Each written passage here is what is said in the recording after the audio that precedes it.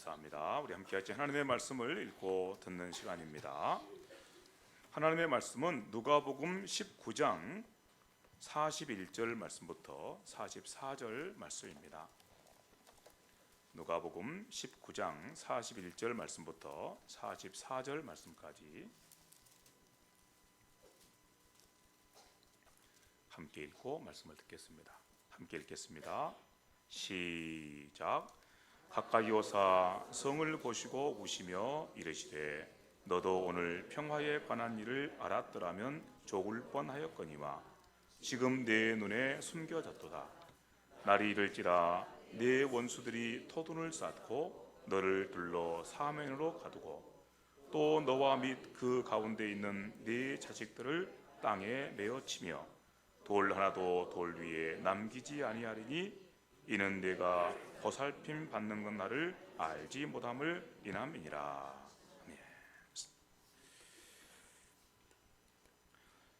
예수님께서 산 위에 올라가셔서 설교하신 내용 가운데 이런 말씀이 있습니다.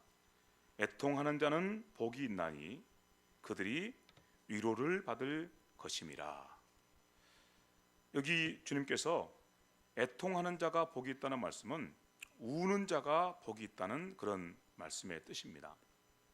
어떻게 해서 우는 자가 복이 있다고 그렇게 말씀하실 수 있는지, 그런데 오늘 우리가 함께 읽은 말씀을 드리면 예수님께서 예루살렘 성을 바라보시고 우신 것을 보게 됩니다.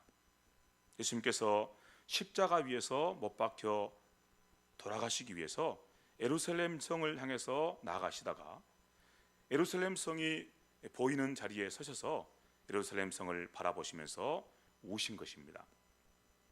저는 예수님께서 이렇게 예루살렘 성을 바라보시면서 우신 일에 대해서 거룩한 통곡이라 이렇게 부릅니다. 왜냐하면 다른 분이 우신 것이 아니고 예수님께서 우셨기 때문이고, 그리고 그냥 우신 것이 아니고 마음에 큰 슬픔과 또 마음에 그런 말할 수 없는 그런 비분을 품으시고 그리고 우신 것이기 때문입니다.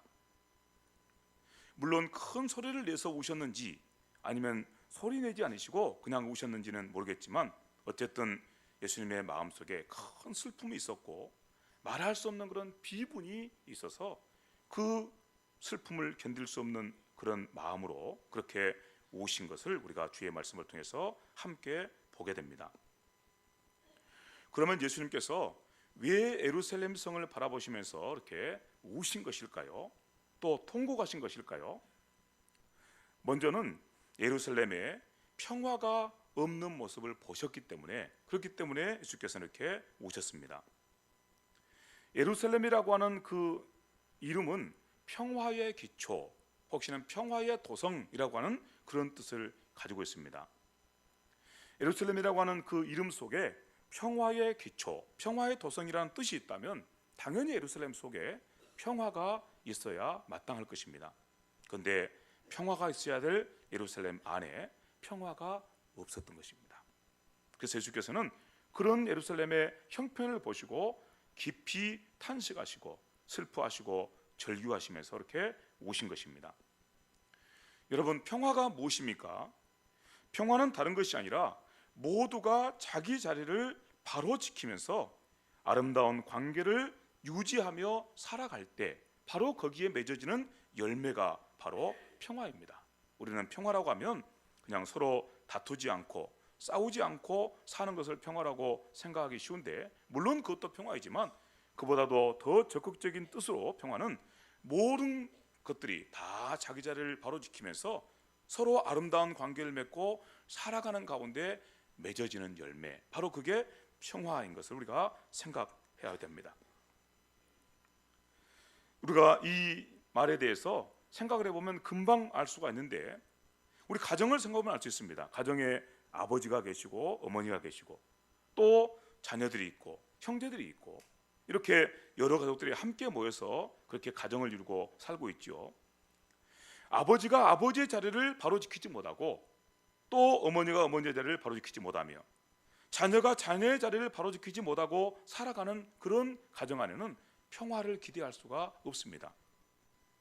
서로 거기에 다툼이 없다 할지라도 평화가 있다고도 그렇게 말할 수는 없는 것이지요. 평화는 이렇게 모두가 다 자기 자리를 지키고 그렇게 아름다운 관계를 맺고 살아가는 그 자리에서 맺어지는 열매인 것입니다. 하나님과 우리 사이의 관계도 마찬가지입니다. 하나님께서 하나님의 자리를 잘 지켜주시고 우리는 우리의 자리를 잘 지켜갈 때 바로 거기에 평화라는 그런 열매가 맺어지게 됩니다.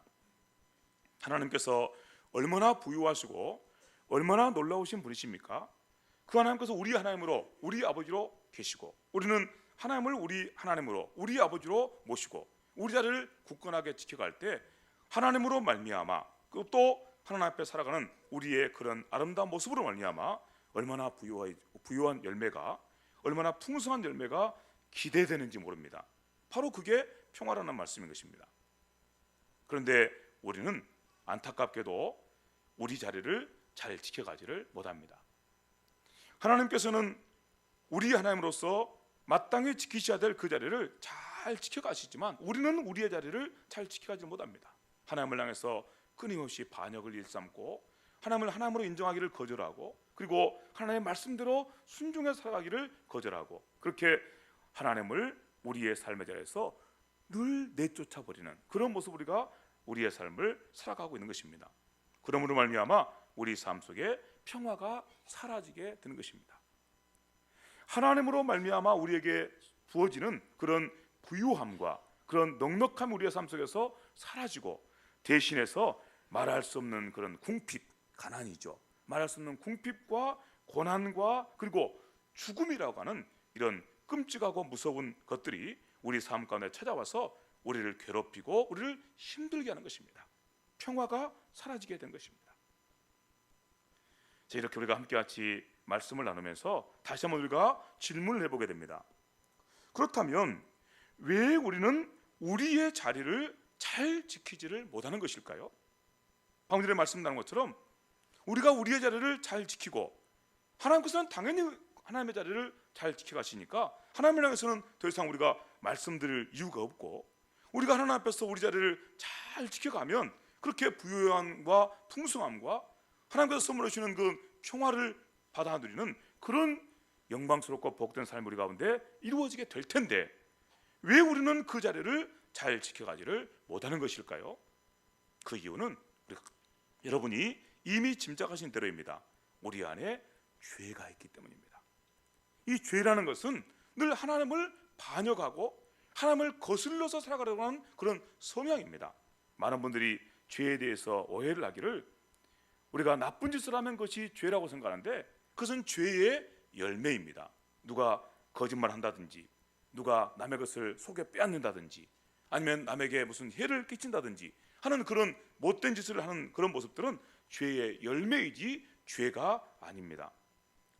성경이 우리에게 말씀해 주는 죄는 다른 것이 아니고 우리 안에 하나님을 거역하여 살아가려고 하는 성향, 하나님을 거슬러 살아가려고 하는 성향, 그게 우리 속에 있다는 것입니다. 그리고 그런 성향이 우리로 하여금 하나님을 거슬러서 행하게 하고 하나님을 거슬러서 살아가게 함으로 말미암아 하나님의 말씀에 순종하지 않고 하나님의 말씀에 불순종해서 이런 악한 짓을 하고 저런 악한 짓을 행하게 하는 것입니다. 그래서 방금 전에 제가 말씀드린 것처럼 그런 악한 짓들은 죄의 열매라고 제가 말씀을 드린 것입니다. 이런 죄가 우리 속에 있는 것입니다. 늘 우리 속에 이 죄가 있어서 하나님을 거슬러 살아가려고 합니다. 하나님을 반역해 살아가려고 합니다. 하나님께서 무슨 말씀을 들려주시면 그 말씀에 순종하려는 것보다는 그 말씀을 거스르려고 하는 그런 악한 성향이 우리 속에서 덜 역사하고 있는 것입니다. 그러므로 말미암아 우리는 우리 자리를 하나님 앞에서 지키지를 못하는 것입니다. 하나님께서 우리의 창조주시고 그분께서 우리를 구원하신 구원자 곧 구속주시기 때문에 그 앞에 우리가 당연히 겸손하게 엎드리고 또 그분께서 말씀하시면 그 말씀을 즐겁게 받아서 그 말씀에 순종하며 살아가야 마땅할 터인데 곧 피조물의 자리 그리고 하나님의 종된 자리 하나님의 자녀된 자리를 우리가 잘 지키고 살아가야 될 텐데 그렇게 하지를 못하는 것입니다. 그렇게 일이 되지를 않는 것입니다. 우리 속에 있는 죄가 원수인 것입니다. 이 죄가 우리로 하여금 그렇게 하나님을 거슬러 행하도록, 하나님을 반역해서 살아가도록 하는 그런 모습 때문에 우리는 하나님의 말씀을 하나님의 말씀으로 받아들이지를 못합니다. 여러분, 하나님의 말씀을 따라서 그 말씀에 순종하며 살아가는 것, 그것이 바로 우리에게 생명이고, 그것이 바로 우리가 하나님 앞에서 우리 자리를 잘 지켜가는 유일한 길임에도 불구하고 우리는 하나님의 말씀을 우리에게 주어질 때 그 말씀 그대로 받지 않습니다. 그리고서 그것을 비틀고 왜곡시키고 아니면 또 그 말씀을 거역하고 이렇게 하나님의 말씀에 불순종하면서 살아가고 있는 것입니다. 이런 모습이 오늘 이 땅에서 살아가는 모든 인생들의 모습들입니다. 그러므로 우리는 하나님 앞에서 우리 자리를 잘 지켜가지를 못하는 것이지요. 그 일 때문에 당연히 우리에게 얼마나 큰 화가 있는지 모릅니다. 예수님 당시 예루살렘이 바로 그런 모습이었습니다. 예루살렘에 하나님의 말씀이 없었던 것이 아닙니다. 하나님의 말씀이 늘 예루살렘 가운데 선포되고 증거되었습니다. 하나님께서 선자들을 보내셔서 하나님의 말씀을 증거해 주시고, 그리고 마침내 하나님의 아들 예수님께서 직접 예루살렘 성에 찾아오셨습니다. 그 백성들 가운데 찾아오셨습니다. 찾아오셔서 하나님의 말씀을 들려주십니다. 하나님의 복음을 들려주십니다. 나를 믿으라고 말씀하십니다.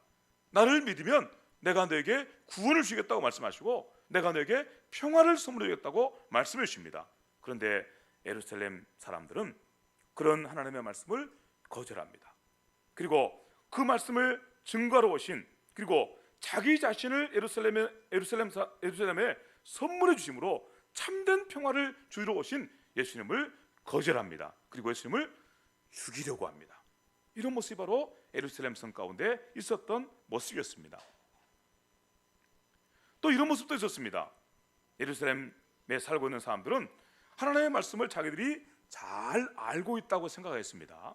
그래서 하나님의 말씀이 자기들에게 더 이상 필요 없다고 이렇게 생각하는 사람들도 있었습니다. 예를 들면 서기관들이라든지 바리새인들입니다. 이 사람들은 하나님의 말씀의 전문가들입니다. 하나님의 말씀에 순종해 살아가기 위해서 그분들이 얼마나 발버둥을 치고 예를 썼는지 모릅니다. 그런데 예수께서 말씀하십니다. 너희 속에 하나님의 말씀이 없다고 말씀합니다. 왜냐하면 그들은 자기들 생각대로 하나님의 말씀을 왜곡하고 오염시켜서, 그래서 그들이 하나님의 말씀을 따라서 살아간다고 말했지만 실제로는 하나님의 말씀을 따라서 사는 사람들이 아니었기 때문입니다.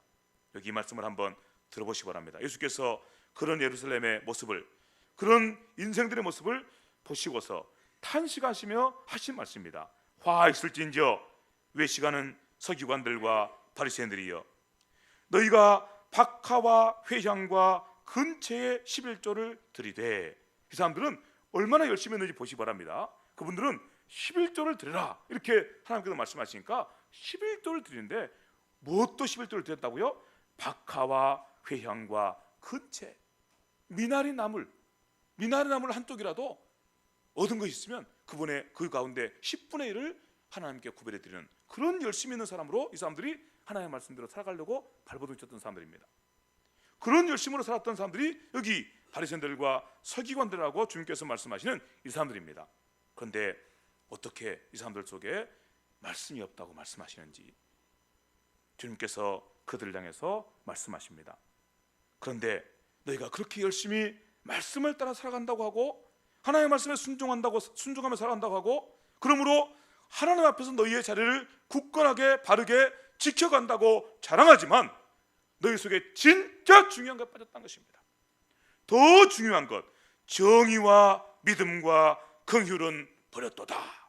이 사람들이 11조를 드린 데는 그렇게 열심히 하면서 하나님께서 정의를 요구하시고 믿음을 요구하시고 긍휼을 요구하시는데 정의와 믿음과 긍휼은 내던져 버린 것입니다.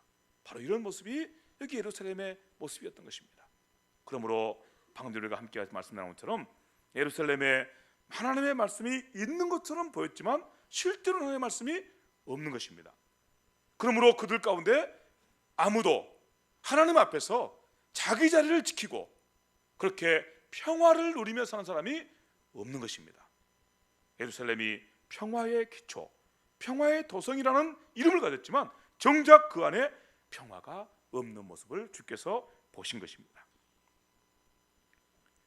이와 같은 예루살렘의 영적 상태가 예수님께 깊은 슬픔을 안겨 주었습니다. 마땅히 평화가 있어야 될 그곳에 평화가 없음을 말미암아 예수께서 얼마나 슬퍼하시고 얼마나 안타까워 하셨는지 모릅니다. 시편 119편 우리 136절 말씀 보니까 여기에 이런 말씀이 있습니다. 그들이 주의 법을 지키지 아니하므로 내 눈물이 시냇물같이 흐르나이다. 어제나 오늘이나 또 미래에도 항상 이런 슬픔과 이런 탄식과 이런 통곡이 있는 것입니다. 그들이 주의 법을 지키지 아니하므로 내 눈물이 시냇물같이 흐르나이다. 주님의 마음을 잘 표현해 주는 말씀입니다. 예루살렘 성을 바라보시면서 그곳에 마땅히 주의 법이 있고 주의 말씀이 있고 그리고 그 법과 그 말씀을 따라서 신실하게 살아가는 그 백성이 있음으로 말미암아 곧 그들이 하나님 앞에서 그들이 서 있어야 될 그 자리를 잘 지켜가는 그 모습이 있음으로 말미암아 그들 가운데 평화가 넘쳐야 될 것인데 그런데 그곳에 아무런 평화도 없는 그런 모습을 보시고서 슬퍼하고 탄식하며 우시는 주님의 모습, 하나님의 사람들의 모습이 여기 이렇게 소개되었습니다. 그들이 주님의 법을 지키지 아니함으로 말미암아 내 눈물이 시냇물과 같이 흐르나이다. 사랑하는 성도 여러분, 이와 같이 예수님께서는 예루살렘에 하나님의 말씀이 없고 평화가 없음을 보시고서 견딜 수 없는 고통 가운데서 통곡을 하셨습니다. 주님의 마음에 흐르는 눈물이, 주님의 두 눈에 흐르는 눈물이 마치 시냇물과 같이 흘렀습니다. 주님께서 그렇게 하셨다면 우리는 어떠해야 될까요? 우리는 주님처럼 그렇게 울 필요가 없을 만큼 우리 삶 속에서 하나님께서 선물해 주시는 평화가 넘치는 모습을 보고 계십니까? 우리는 우리 자리를 하나님 앞에서 굳건하게 지켜나가고 그러므로 하나님께서 우리 하나님으로 우리 아버지로 계시면서 우리를 마음껏 축복하시는 그 관계 속에서 풍성하고 넉넉한 삶을 살고 계십니까? 그러므로 아무 부족함이 없는지요? 그래서 더 이상 울 필요가 없는지요? 우리는 하나님의 말씀을 받을 때 그 말씀이 하나님의 음성으로 하나님의 말씀으로 내게 들려와서 그 말씀에 즐겁게 순종함으로 말미암아 그러므로 우리는 더 이상 울 필요가 전혀 없는지요? 여러분, 우리 자신의 모습을 함께 한번 돌아보시기 바랍니다. 우는 자가 복이 있습니다. 그 속에 눈물 있는 자가 복이 있습니다. 우리 안에 평화가 없음을 보고 우리가 마땅히 서 있어야 될 자리에 서 있지 못한 우리의 모습을 보고 하나님과의 관계가 비틀어지고 깨어진 모습 때문에 우리 가운데 가난함과 그리고 고난과 그리고 죽음의 세력이 왕노릇하는 모습 보고 그리고서 탄식하며 우는 사람, 그가 복이 있습니다. 우리 안에 하나님의 말씀에 순종하지 못한 모습이 있음을 보고 우리의 마음 속에서 그리고 우리의 두 눈에서 시냇물과 같이 눈물이 흐르는 바로 그가 복 있는 자인 것입니다. 이런 모습을 우리가 함께 같이 기대하고 소망합니다. 예수님께서 예루살렘 성을 보시면서 우셨던 이유가 또 있습니다. 예루살렘 성 안에 단지 평화가 없는 모습을 보시고서만 우신 것이 아니고 예수님의 눈에 예루살렘의 마지막이 보였기 때문입니다. 평화가 없는 예루살렘, 하나님을 거역하며 사는 예루살렘, 하나님의 말씀에 순종하지 못하여서 그래서 그 가운데 가난과 고난과 그리고 죽음의 세력이 왕노릇하고 있는 그 예루살렘의 모습, 그 마지막은 하나님의 심판입니다. 무섭고 끔찍한 하나님의 심판이 그런 예루살렘 앞에 기다리고 있는 것입니다. 주께서 말씀하신 말씀을 들어보시기 바랍니다. 이어지는 말씀입니다. 하나님께서 심판하시는 날이 이르게 될 것이다. 내 원수들이 터둔을 쌓고 너를 둘러 사면으로 가두고 또 너와 및 그 가운데 있는 네 자식들을 땅에 메어치며 돌 하나도 돌 위에 남기지 아니하리니 이는 내가 보살핌 받는 날을 알지 못함을 인함이니라. 내 앞에 이렇게 끔찍하고 무서운 심판이 있다는 사실을 알지 못하고 너희 가운데 평화가 없음을 인해서 탄식하며 울지 못하는 너희의 그 모습으로 말미암아 이런 일이 이르게 될 것이라고 말씀하고 있는 것입니다. 이는 내가 보살핌을 받는 날, 하나님으로부터는 구원의 날이 있다는 사실을 알지 못하고 너희 가운데 있는 그 평화가 없는 모습, 그 모습 가운데 살아가고 있음으로 말미암아 하나님의 심판이 너희 가운데 임할 수밖에 없다는 주님의 말씀이지요. 오늘 예루살렘 성을 향해서 하시는 이 주님의 말씀은 에레미야 선지자가 그가 살던 당시의 이스라엘 백성들을 향해서 그리고 예루살렘을 향해서 하셨던 말씀하고 똑같은 말씀입니다. 에레미야가 했던 말씀을 한번 들어보시기 바랍니다. 에레미야 13장 17절 말씀입니다. 너희가 이를 듣지 아니하면, 곧 하나님께서 너희에게 하시는 이 하나님의 말씀, 이 심판의 말씀, 경고의 말씀을 너희가 듣고 회개하고 돌이키지 아니하면 나의 심령이 너희 교만으로 말미암아 은밀한 곳에서 울 것이며. 에레미야 선지자가 얼마나 큰 슬픔 가운데 있었는가를 이 말씀을 통해서 확인하게 됩니다. 예수님께서 예루살렘 성을 보시고서 우셨던 것과 똑같은 슬픔과 똑같은 눈물이 예루살렘을 바라보는 에레미야 선지자에게 있었던 것입니다. 너희가 하나님의 말씀을 듣고 그 말씀에 반응하고 그 말씀에 순종함으로 너희 자리를 회복하고 하나님의 평화를 너희 가운데 받아서 누리지 못하는 그 모습을 볼 때 나는 너무나 슬퍼서 은밀한 곳에 가서 울 수밖에 없다고 에레미야 선지자가 고백하고 있습니다. 계속되는 말씀입니다. 여호와의 양떼가 사로잡힘으로 말미암아 눈물을 흘려 통곡하리라. 단순히 그들이 하나님의 말씀을 거역하고 그들의 자리를 떠나서 그들 가운데 하나님을 하나님으로 모시지 않는 그것으로 일이 끝난 것이 아니고 그러므로 말미암아 그들 가운데 하나님의 무섭고 끔찍한 심판이 이를 것이 에레미야 선지자의 눈에 보였음으로 말미암아 이렇게 고백하십니다.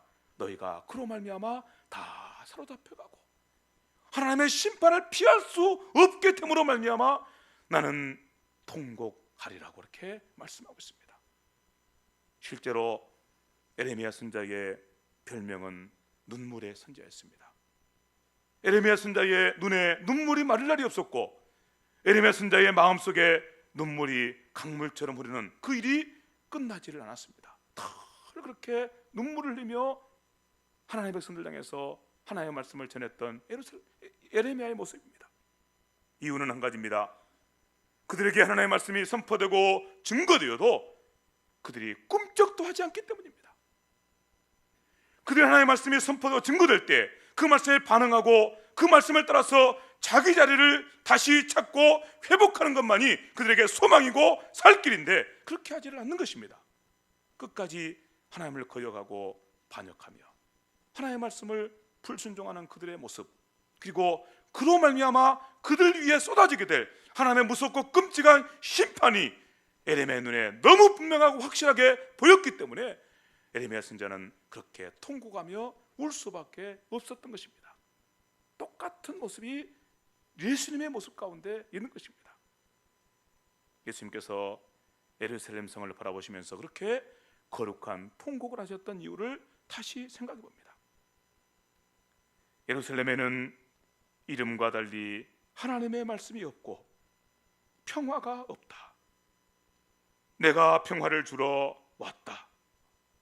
나를 영접하고 하늘의 평화를 받으라. 너희가 이것을 거절하면 너희에게 심판이 있으리라. 이 마음을 안고, 이 안타까운 마음을 안고 주님께서 지금 예루살렘 성을 바라보시면서 울고 계십니다. 여러분,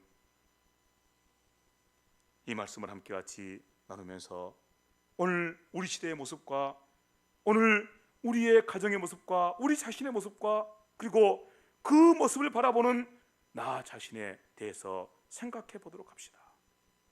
지금 우리 시대가 예루살렘 성을 바라보시면서 그렇게 탄식하며 슬퍼하시며 통고하셨던 주님께서 살아계셨던 바로 그 모습과 다를 바가 없습니다. 오히려 그때보다 더 악하면 악하지, 오히려 그때보다 소망이 없으면 소망이 없지, 그때와 지금이 별반 다를 바가 없습니다. 사람들은 한결같이 마지막에 있을 하나님의 심판을 부인합니다. 그러나 하나님의 은혜를 받은 저와 여러분들은 하나님께서 선물하시는 눈을 가지고 있습니다. 그 눈을 가지고 하나님의 심판하실 그때가 있음이 우리 눈앞에 밝히 보이고 있습니다.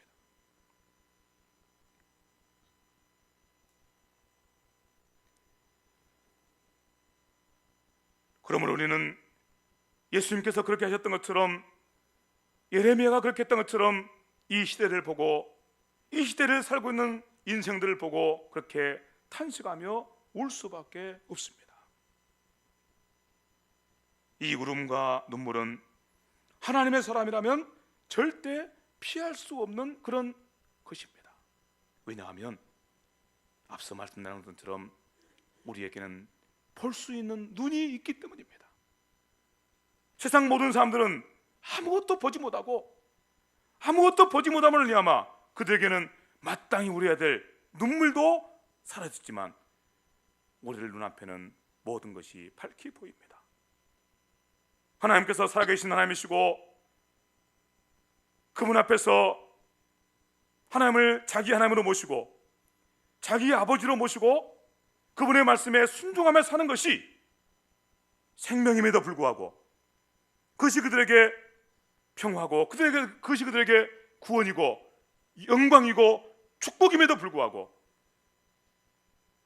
그들이 그런 하나님을 거절하고 그런 하나님 앞에서 살기를 거역하며 살아가는 모습들, 그리고 그 마지막에 그들 위해 얼마나 끔찍하고 무서운 하나님의 심판이 있을 것인가에 대한 모습들이 우리의 눈앞에 밝히 보입니다.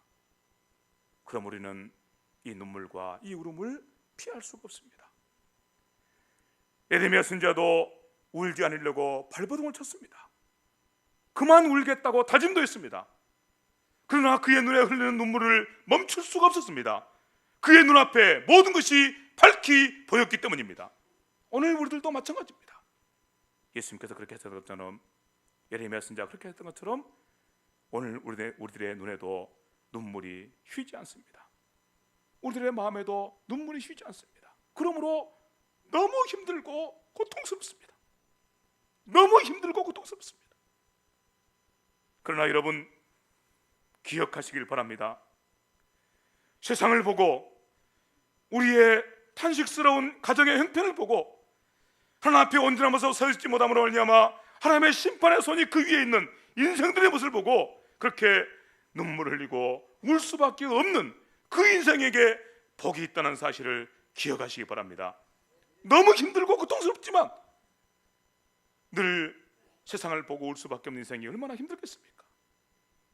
나와 아무 상관없는 것처럼 보이는 그 누군가를 붙잡고 이렇게 울 수밖에 없는, 통곡할 수밖에 없는 그 인생이 얼마나 복잡한 인생입니까?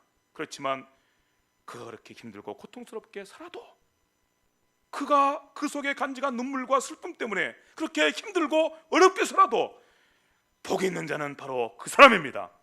왜냐하면 우는 자가 복이 있기 때문입니다.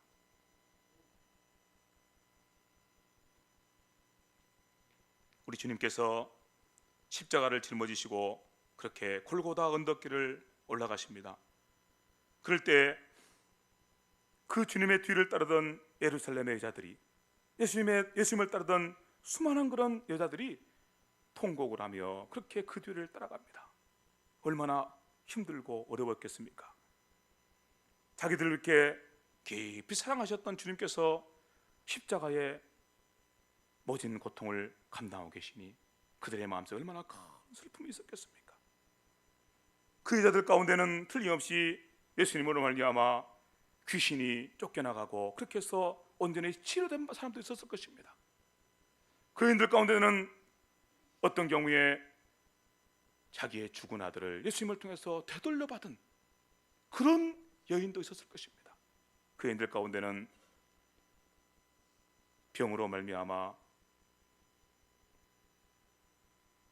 그렇게 고통을 당하다가 질병으로부터 고침받고 구원받은 여인도 있었을 것입니다. 그러니 주님으로부터 그렇게 놀라운 사랑을 받은 이 여인들이 자기들에게 구원을 선물해 주신 그 예수께서 십자가를 짊어지시고 골고다 언덕길을 올라가시는 그 모습을 볼 때 얼마나 그들의 심령 속에 큰 슬픔과 고통이 있었겠습니까? 그래서 그들이 큰 소리로 통곡하며 예수님의 뒤를 따라갑니다. 그런데 주님께서 그 여인들을 향해서 하신 말씀이 여기 이렇게 기록되어 있습니다. 예루살렘의 딸들아, 나를 위하여 울지 말고 너희와 너희의 자녀들을 위해서 울라. 너희가 지금 나를 위해서 울 때가 아니란 것입니다. 너희와 너희의 자녀들이 하나님의 평화를 누리지 못하고 하나님의 평화를 누리지 못하는 그 일로 말미암아 너희 가운데 어떤 무서운 심판이 너희 앞에 기다리고 있는지 그 일을 생각하고 울라고 말씀하십니다. 이 예루살렘 성에 하나님의 심판이 어떻게 예비됐는지 그것을 보고 너희가 울라고 말씀하고 계십니다. 예루살렘의 딸들아, 나를 위해서 울지 말고 너희와 너희의 자녀들을 위해서 울어라. 여러분, 주님께서 들려주신 이 음성이 오늘 우리의 귀에도 들려질 수 있게 되기를 간절히 바랍니다. 눈물을 잃어버리셨습니까? 통곡을 잃어버리셨습니까?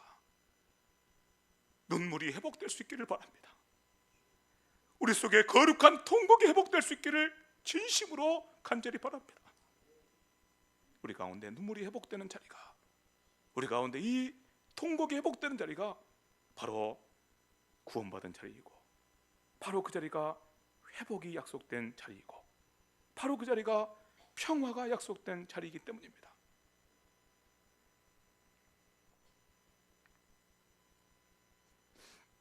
에스겔 선지자를 통해서 하시는 말씀을 들어보시기 바랍니다. 이르시되 너는 예루살렘 성읍 중에 순행하며 그 가운데서 행하는 모든 가증한 일로 말미암아 탄식하며 우는 자의 이마에 표를 그리라. 하나님의 사람들, 그들은 세상 가운데 있는 가증한 일들, 하나님을 걸려가고 반역하는 그 모습 보고 탄식하며 우는 사람들입니다.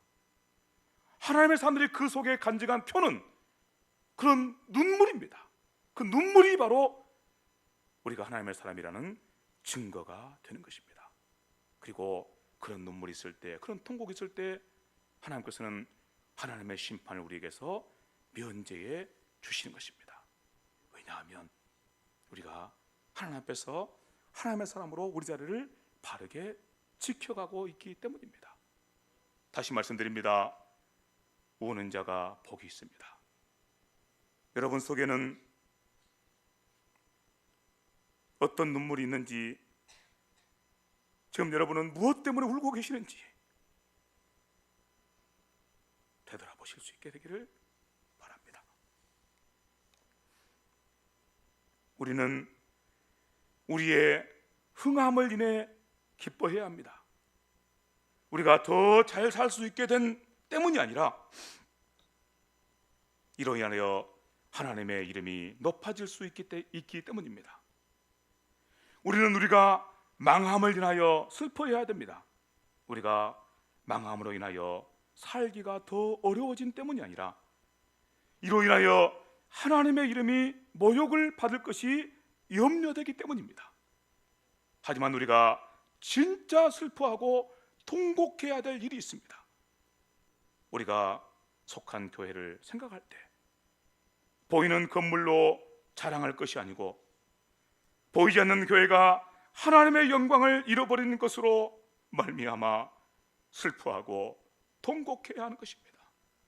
여러분, 우리의 귀에 얼마나 끔찍한 소식들이 들려옵니까? 하나님의 교회의 영광스러운 모습이 어떻게 회방을 받고 있는지 우리가 소식을 듣고 있습니다. 그럴 때 우리 속에 거룩한 슬픔과 통곡이 일어나게 되는 것입니다. 그런 모습을 보고 함께 같이 교회를 비난하고 함께 같이 교회에 대한 소망을 내던져 버리는 것이 아니고, 하나님의 교회의 영광스러움이 세상 가운데 짓밟힌 바 되는 모습 때문에 그렇게 탄식하며 우는 그런 성도들이 이 시대에 우리 가운데 많이 일어날 수 있게 되기를 진심으로 간절히 바랍니다. 우리 가정을 생각할 때 가정에 돈이 많아지고 자녀들이 공부를 잘하는 것으로 인해서 자랑할 것이 아니라, 가정 안에 하나님의 말씀이 사라지고 자녀들이 하나님의 말씀을 따라서 순종하지 않는 그런 모습을 볼 때 우리 마음 가운데 슬픔과 탄식과 울음과 눈물이 있어야 될 것입니다.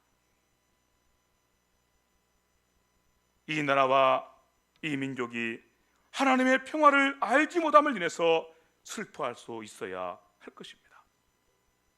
감사하게도 이런 슬픔과 이런 눈물을 안고 사셨던 우리 주님께서 계시고, 이런 슬픔과 이런 눈물을 안고 사셨던 믿음의 선진들이 있습니다.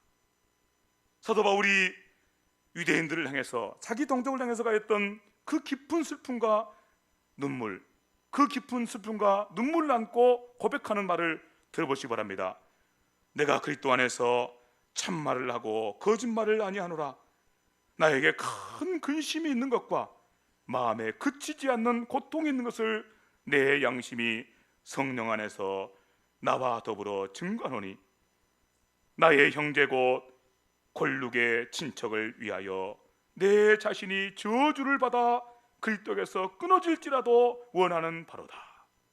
사도 바울은 자기가 지옥에 갈지라도, 자기가 지옥에 가는 일을 통해서 자기 민족이 구원을 받을 수 있다면, 자기 민족이 하나님 앞에서 자기 자리를 지키고 하나님께서 주시는 평화와 구원을 회복할 수 있다면, 그 평화와 구원을 누리는 자리에 나갈 수 있다면, 그래서 하나님의 영원한 심판과 상관없는 자리에 설 수 있다면, 그러면 자기는 즐거이 지옥에라도 가겠다고 고백하고 있습니다. 여러분, 이와 같은 안타까움과 이와 같은 슬픔이 하나님의 교회 가운데 있었습니다. 바로 얼마 전입니다. 몇십 년 전만 해도 우리 한국 교회는 나라와 민족을 위해서 얼마나 기도를 많이 한 교회였는지 모릅니다. 기도하기 위해서 함께 모인 무리들 가운데 왜 모였습니까? 나라와 민족을 위해서 기도하기 위해서 모였습니다. 나라와 민족이 당신에게 준 것이 뭐가 있습니까? 나라와 민족이 내게 준 것이 아무것도 없을지라도 나는 나라와 민족이 하나님 앞에서 평화를 알고, 그리고 그 평화를 함께 누리게 되기를 소망합니다. 그러면 나는 기도할 수밖에 없습니다. 골짜기마다 모여서 부르짖고 나를 세워서 기도하는 그런 거룩한 무리가 이 한국교회 가운데 얼마나 많이 있었는지 모릅니다. 오늘 우리가 이 나라의 민족을 위해서 얼마나 기도하였는지, 얼마나 간절하게 기도하였는지 다시 생각해보고 회개합니다. 여러분, 우리 안에 이런 눈물과 이런 슬픔이 회복됐으면 좋겠습니다. 목사님, 그런 눈물을 안고 그런 슬픔을 안고 살아가면 얼마나 인생이 복잡합니까? 얼마나 힘듭니까? 저는 그런 삶 살기 싫습니다. 즐거워하며 살아가기에도 내게 주어진 인생은 짧은 인생인데 덜 그런 슬픔과 그런 눈물을 안고 그렇게 덜 신음물처럼 눈물을 흘리며 살아가는 인생, 그런 인생 나는 별로 달갑지 않습니다. 여러분, 그렇게 말씀하시고 싶으십니까? 그렇게 말씀하실 수도 있습니다. 왜냐하면 앞서 말씀 나눈 것처럼 눈물과 슬픔을 안고 살아가는 것은 그만큼 우리에게 힘든 고통을 요구하기 때문입니다.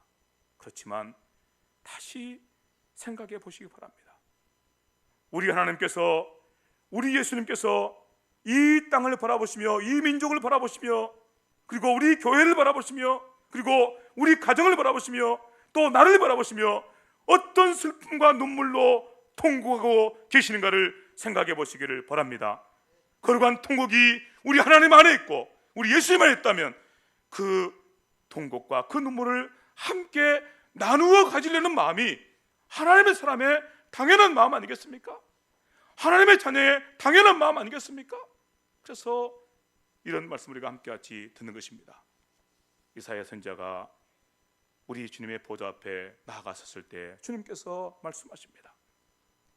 내가 누구를 이 세상에 보내고 내가 누구를 이 세상에 보내어서 저들에게 평화의 복음을 전하고 구원의 복음을 전하고 라고 말씀하실 때, 그럴 때 이사야 선지자가 큰 소리로 나서서 외쳤던 말이 우리의 귀에 쟁쟁합니다. 내가 여기 있나이다. 나를 보내소서. 내가 여기 있습니다. 나를 보내십시오. 내가 여기 있습니다. 나를 통해서 울게 하시고 그리고 그렇게 눈물로 통곡하는 저의 모습을 통해서 이 땅에 구원을 선물하시고 이 땅에 평화를 선물하시고 우리 가정 가운데 우리의 삶 속에 하나님 기뻐하시는 삶의 모습이 회복되도록 은혜를 베풀어 주시옵소서. 이 복된 소원을 안고 그렇게 주님의 마음을 함께 화합하며 그렇게 나가는 우리의 모습들 될 수 있기를 진심으로 간절히 바랍니다. 기도드리겠습니다. 하나님 우리 아버지 감사합니다. 주의 말씀을 함께 듣고 말씀 의지해서 믿음으로 구하고 사모합니다.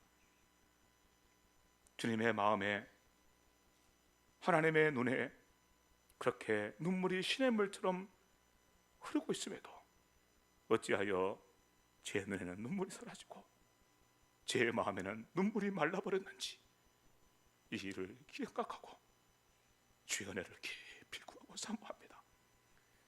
우는 자가 복이 있다고 말씀하셨으니 주의 말씀대로 우는 자로 살기를 사모하며 주께서 간직하신 거룩한 통곡이 제 속에도 있어서 그 통곡으로 세상 가운데 하나님의 종으로 살아드리기를 사모합니다. 세상 가운데 평화의 복음의 증인들로 살기를 사모하며 세상 가운데 구원과 생명을 선물하는 일에 거룩하게 구별되어 쓰임받는 종으로 살기를 사모합니다. 우리의 가정이 우리의 삶이 하나님 이와 같은 우리의 모습을 통해 회복되고 세워지게 되기를 사모합니다. 하나님 도와주시옵소서. 우리 가운데 눈물을 회복하시고 우리 가운데 주의 영으로 말미암아 주님 기뻐하시는 모습으로 나아가게 하시옵시되 주님 제가 여기 있습니다. 제가 가겠습니다. 달려나가는 우리의 모습 되게 하여 주시옵소서.